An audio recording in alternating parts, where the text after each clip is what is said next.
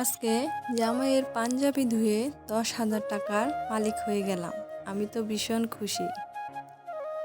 আর সকালে উঠে কিভাবে আমি খুব তাড়াতাড়ি সব কাজ কমপ্লিট করি সেটাও দেখাবো আপনাদের সাথে। হাই এভরিওয়ান, আসসালামু আলাইকুম, welcome back to my channel. আপনারা সবাই কেমন আছেন? আশা করি ভালো আছেন। আল্লাহর অশেষ রহমতে আমরাও ভালো আছি। আমি হাফসা বসি চাঁদপুর থেকে। দেখেন আমার কিচেনের কি অবস্থা।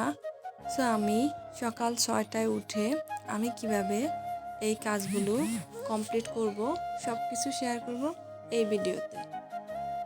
এই তো আমি আগে একটু নুডলস রান্না করে নিতেছি আমার হাজব্যান্ডের জন্য। ওনাকে খাবারটা দিয়ে দেন আমি আস্তে আস্তে সব কিছু কমপ্লিট করে নেব, কারণ আমার আরও অনেক কাজ আছে। আর সকালে কিন্তু সকল গৃহিণীদের কাজ থাকে। আমরা যদি সকালে 1 ঘন্টা আগে কাজটা ধরি তাহলে কিন্তু 1 ঘন্টা আমাদের কাজ আগিয়ে যায়। সেজন্য আমাদের উচিত একটু তাড়াতাড়ি কাজ করা। এই যে আমি আগের কিছু তরকারি ছিল সেটা গরম করে নিছি, আমার হাজব্যান্ডকে খাবার দিছি। দেন আমার শাশুড়ি মা ভাত খাবে, ওনার জন্য ভাত গরম করতেছি। আর এখানে সাথে আমি কিচেনটাও গুছিয়ে নিলাম। ভাত গরম হয়ে গেলে দেন আমি চলে যাব থালা বাটিগুলো ধোয়ার জন্য, তারপর নাস্তার আইটেম শুরু করব। আর অনেক পরিমাণে বৃষ্টি হচ্ছে, এই যে দেখেন বৃষ্টিতে কি অবস্থা হয়ে আছে। এখন আমি মুরগিগুলা ছেড়ে দেব, যেহেতু গ্রামের বাড়ি, আর গ্রামের বাড়িতে কিন্তু নর্মাল অনেকেই মোরগ পালে, মুরগি পালে। সো এই তো আমিও মুরগিগুলা ছেড়ে দিলাম, মুরগিকে খাবার দিয়ে দেন আমি অন্য কাজে যাব। আর মুরগি যখন খাবার খায় তখন কিন্তু আমার দেখতে খুব ভালো লাগে। আর এখানে জানি না কতটা বুঝতেছেন, বৃষ্টি কিন্তু হইতেছে, বৃষ্টি পানি পড়তেছে। আমার কিন্তু বৃষ্টি হলে খুব ভালো লাগে। সব সময় টানা সেটা না, জাস্ট কিছু সময়ের জন্য বা একদিন এমন বৃষ্টি হলে খুব ভালো লাগে। আমি বৃষ্টির দিকে তাকিয়ে, আকাশের দিকে তাকিয়ে থাকতে খুব ভালো লাগে, বৃষ্টির দিকে তাকিয়ে থাকতে। আর এখানে আমি চলে আসলাম রান্না করতে। আর বৃষ্টি কিন্তু হইতেছে, প্লাস আমি রান্না করতে চলে আসলাম। সেজন্য একটু কিছু অন্ধকার লাগতেছে, জানি না কতটা বুঝতেছেন। আর এখানে আমি রান্না করতেছি। আসলে আগুনটার যে আলোটা সেটা কিন্তু অনেকটা আছে, আর বাকি আলো কিন্তু খুবই কম। এই তো আমি কিন্তু ডিম সিদ্ধ বসিয়ে দিছি। আর এখানে ডিম সিদ্ধ হওয়ার পরে শাকটাও রান্না করতেছি। শাক কিন্তু খুব তাড়াতাড়ি হয়ে যায়, সেজন্য শাকটা বসিয়ে দিলাম। আর এখানে আমার ভাতেরও কিন্তু বলক চলে আসছে, আর শাকও কিন্তু মোটামুটি হয়ে আসছে। আর এই শাক রান্না করতে করতে কিন্তু আমি ডিমটা ছিলে নেব। এই যে আমার ডিম ছিলে কিন্তু কমপ্লিট। দেন এখন আমি শাকটা হলে অন্য কিছু বসিয়ে দেব। এই তো। আর এখানে যেহেতু বুটের ডাল রান্না করব, বুটের ডাল তো খুবই পরিমাণে সময় লাগে, সেজন্য আমি প্রেসার কুকারে দিয়ে দিছি। প্রেসার কুকারে দেওয়ার পরে কিন্তু হাফ সিদ্ধ হয়ে গেছে, হাফ না 70% সিদ্ধ হয়ে গেছে। দেন আমি এখন বাকিটা পুরো সিদ্ধ করে নিব। আর দেখাইতেছি আমি আপনাদেরকে কতটা সিদ্ধ হয়েছে। আসলে প্রেসার কুকারে কিন্তু দিলে অনেক সুবিধা, অনেকটা তাড়াতাড়ি হয়ে যায় সেই জন্য। আর এই যে আমার ডাল রান্না কমপ্লিট। যেহেতু প্রেসার কুকারে দিছি সেহেতু বেশি সময় কিন্তু লাগে নাই ডাল রান্না করতে। এখন আমি ডিমটা বসিয়ে দিলাম, কারণ ডিমটা রান্না করব সেজন্য ভেজে নিতেছি। আর যেহেতু আমি এই কড়াইটাতে আরও রান্না করছি, সেজন্য কেন যেন ডিমটা লেগে লেগে যাইতেছে।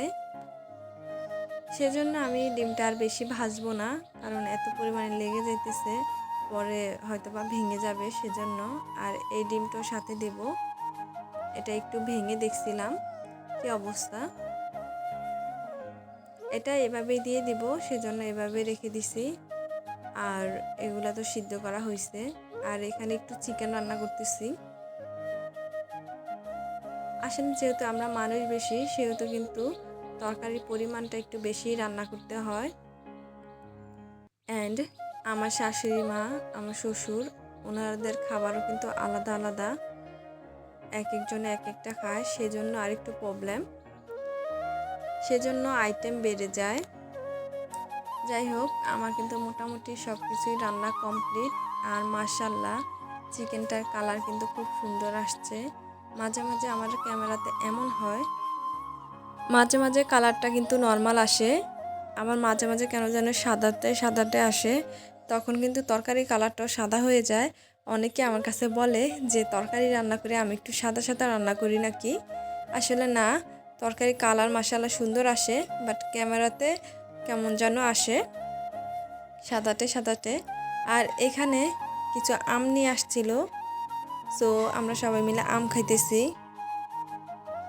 আম ভর্তা করে নিছি, আমটা কিন্তু খুবই মজা ছিল, আরও সবাই মিলে খেয়েছি, সেজন্য আরও বেশি ভালো লাগছে। এখানে কিন্তু বেশ কিছু কলা নিয়ে আসছে। আসলে প্রথমেই দেখছেন ভিডিওর প্রথমে কলা ছিল এক ঝাঁকি, দেন আবারও কলা নিয়ে আসছে। ওই কলাগুলো কিন্তু খাওয়া হয় নাই, তারপরও কলা নিয়ে আসছে।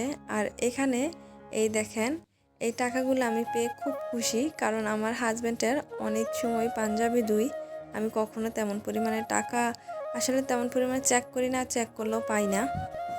সো আজকে আমার কপাল খুলে গেছে। আমি যখন পাঞ্জাবিটা রৌদ্র দিতে গেছি তখন দেখতেছি আরে একটা কি যেন লাগে, আমি মনে করছি হয়তো বা টিস্যু, কারণ উপরে টিস্যুও ছিল। পরে দেন আমি ভিতরে হাত ঢুকিয়ে দেখলাম যে না, এগুলা তো টাকা, আর টাকাগুলা মনে হইতেছে অনেকগুলাই।